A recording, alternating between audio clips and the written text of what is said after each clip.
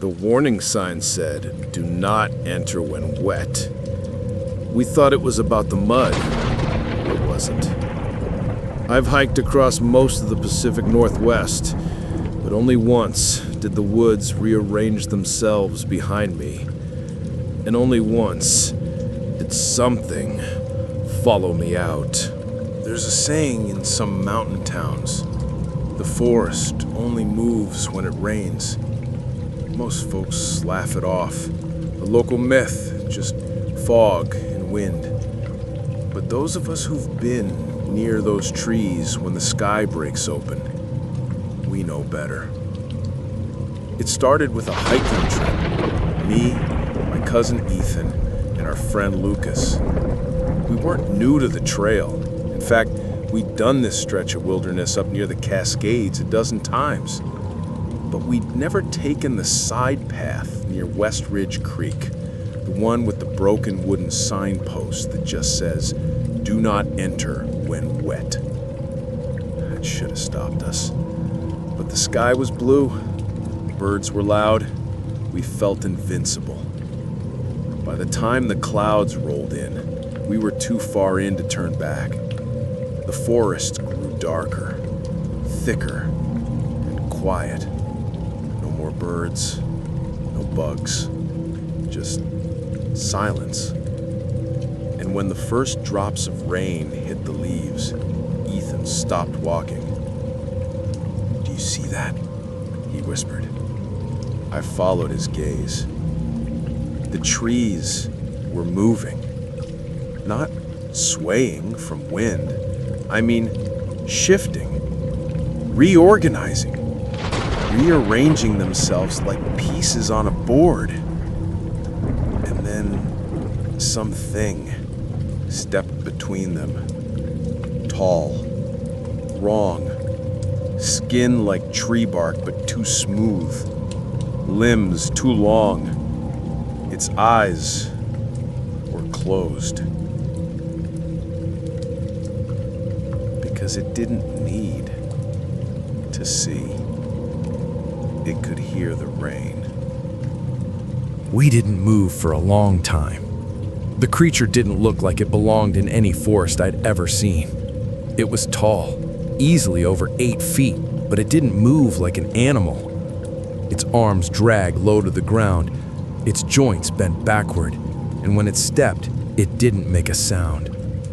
Lucas started backing away. "It didn't see us," he whispered. "Let's just go." But then it stopped, tilted its head toward us, eyes still closed. It sniffed the air and turned. Its arms lifted and it listened, not for us, but for the rain. The louder it fell, the faster it moved. Trees shifted around it, bending out of the way, like they were helping it, like the entire forest was letting it hunt. And it was coming our way. We ran. Through thick vines, fallen logs, and waterlogged leaves. Our boots slid through mud, our lungs burned, but we didn't look back. The forest? It changed with each turn. Paths vanished, trees twisted and reformed. We could hear it behind us, breathing heavy, in rhythm with the rainfall. Every time the thunder clapped, it moved faster. Lucas tripped, screamed. I turned, just in time to see a hand, not quite a hand, curl around his ankle and drag him off the trail. "Lucas!" But he was gone, just a smear in the mud. Silence again. The rain softened. Then Ethan grabbed my shoulder. "Listen." I held my breath. The forest. It was whispering. Not in words, but in wood. Creaking, cracking, communicating. And it all said the same thing. Stay still. Stay small. Don't speak. We hid in a hollowed-out tree, breath shallow, mud-soaked, eyes wide. Hours passed, or maybe minutes. When the sun finally pierced through the clouds, the forest stopped moving. And the thing? It was gone. The rain didn't stop that night. Ethan and I set up the emergency tent we always packed. Bright orange, barely big enough for two and paper thin. We didn't bother with a fire. Neither of us spoke. There was nothing left to say after Lucas vanished. We took turns sleeping in fits and starts, awaking at every branch crack, every distant rustle. But the strangest thing was, we didn't hear animals. Not even frogs or owls. Just rain. Constant, soft, deliberate, almost like it was trying to cover something else up. Around 3 a.m., I woke to find the tent soaked from the bottom. A steady drip of water had made its way in through the zipper. I sat up, trying to adjust my sleeping bag, when I heard something outside. Soft, deliberate footsteps. Too heavy for a deer, too slow for a human. I held my breath and gently nudged Ethan. He opened his eyes, already aware. Then, a voice. Not a full sentence, just a word. Whispered, garbled, wrong, belong. We stayed still, praying. Rain tapped harder against the nylon roof. The air pressure changed. I could feel it in my chest, like something huge stood just outside the tent. Then, something pressed against the wall. A shape, a head, not quite human. No visible eyes, no hair, just a smooth, wet curve. The tent's fabric sagged inward under its weight. Its mouth was inches from my face, separated only by the thinnest layer of synthetic cloth. And it was breathing. Slow. Deep. The flap twitched. The zipper shifted downward, one tooth at a time. We couldn't hold out much longer. Ethan raised his hand and held a survival knife under the fabric, just in case. Then, something strange. A crack of lightning, and everything stopped. No more breathing.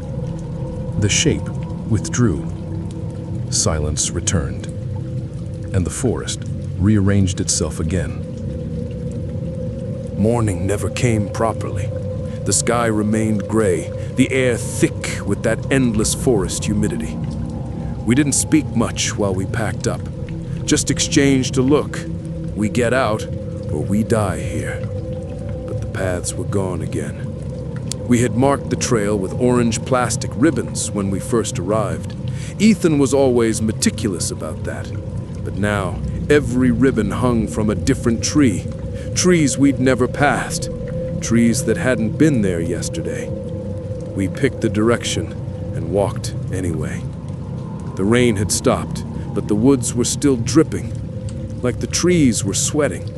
And even without the rain falling, we could hear it in the distance, moving around us. After about an hour of hiking through unfamiliar terrain, we came to a clearing we definitely hadn't seen before. It was perfectly circular. At the center stood a single tree, wide, ancient, and blackened like it had been struck by lightning. But it wasn't burned. It was rotting from the inside out, and something moved beneath its bark. You could hear it squirming. We turned to leave, but Ethan froze. His face went pale. There, between the trees, hung a jacket. Lucas's jacket. The one he'd been wearing when he was taken.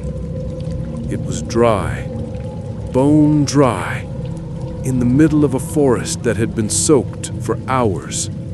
And under the tree was a shape. A man kneeling, head down, skin peeled in strips. I took a step forward, but Ethan stopped me. He's right, because the skin was still breathing. We didn't run this time, because the forest wanted us to. It's hard to explain, but Ethan and I both felt it, like the paths around us were inviting us in, creating fake exits, offering freedom with a sick kind of smile. But every step in the wrong direction felt like sinking into something, like stepping into wet velvet that tightened with each movement. We took the high ridge instead. No trail, no signs, just instinct. After 30 minutes, Ethan stopped. "Do you hear that?" I did. Our voices, echoing through the trees. Snippets of things we'd said last night in the tent. The exact words, same tone, played back softly, like something had been listening and was now practicing. Then it started changing. The voices warped, deeper, wetter, closer. "Don't look back." It wasn't me who said it, and it wasn't Ethan either. We turned. Nothing. But the trees had shifted again. They were closer, tighter, curved unnaturally. One had fingers where branches should be. Another had a human jawbone tangled in its roots. And then it rained again. Hard. The sound exploded around us, and with it came the thing. It dropped from the trees. Not a leap, a descent, slow and fluid like it was part of the rain. Its eyes were open now, orange, glowing, lidless. It saw us, and it smiled. A wrong kind of smile, stretching far too wide. Ethan screamed and threw a flare he'd been keeping in his vest. The bright red light lit up the woods, and the creature reeled back, shrieking like steam from a boiling pot. We ran. No plan, just away. Branches whipped our faces, thorns tore our legs behind us. The forest screamed with us. Trees collapsing, animals bolting, that thing's howl rising above it all.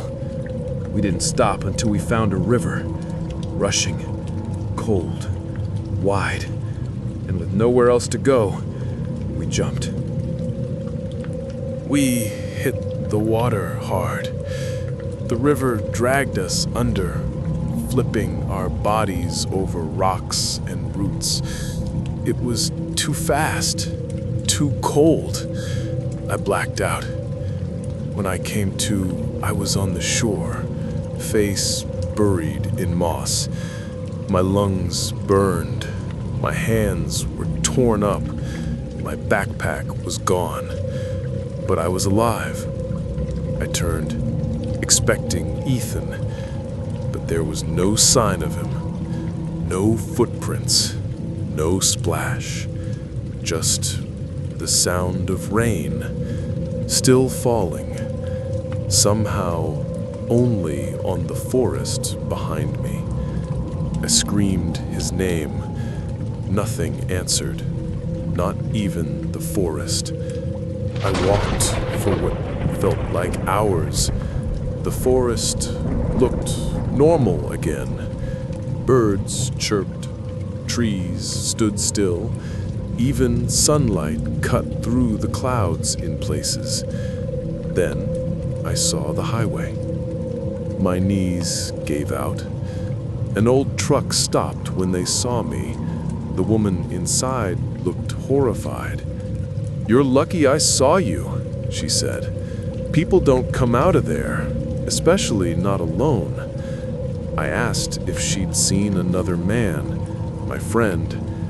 She didn't answer, just drove in silence. We reached a ranger station. I tried to explain everything. They filed a report, asked questions, didn't believe a word of it. The place I described didn't exist. The trails, overgrown for decades.